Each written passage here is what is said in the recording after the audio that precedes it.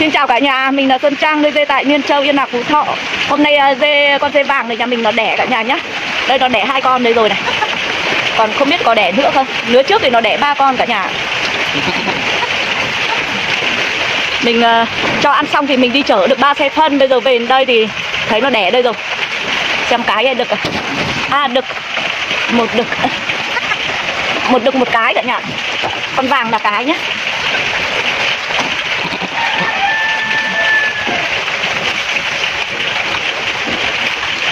Bây giờ mình đi tiêm cho nó mũi kích đẻ với lại kháng sinh với lại thuốc trợ lực cả nhà.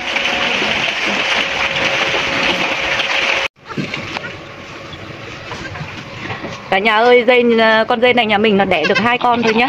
Một cái một đực mà mình chỉ mong cho dê đẻ 2 con thôi. Đẻ 3 con mình nuôi bộ vất lắm. Mà ghép cũng vất.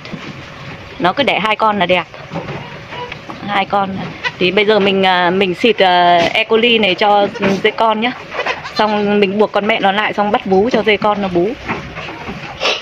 Đấy. Còn mai thì mình xịt cầu trùng. Đây cầu trùng rồi. Mai thì mình xịt cầu trùng. Đấy, được một cái một đực cả nhà. Bầu vú nó thế nào căng quá này. Con này bầu vú nó to quá. Đấy, bây giờ mình buộc mẹ nó lại.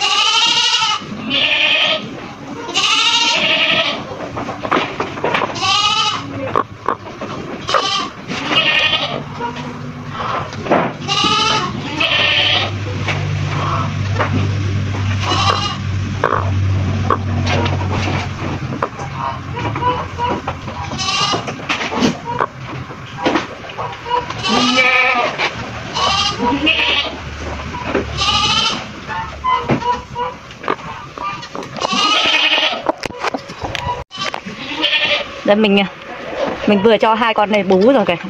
Cả nhà mình lại bắt được một bình sữa này. Sữa này đặc lắm nha cả nhà nhá. Đặc như thế là sữa bò ở trong hộp vậy. Để mình cho con dê bên kia nó bú.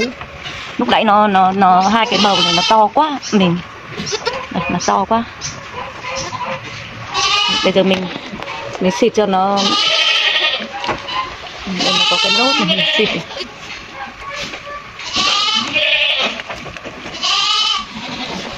Xịt cho nó thành cái sát trùng.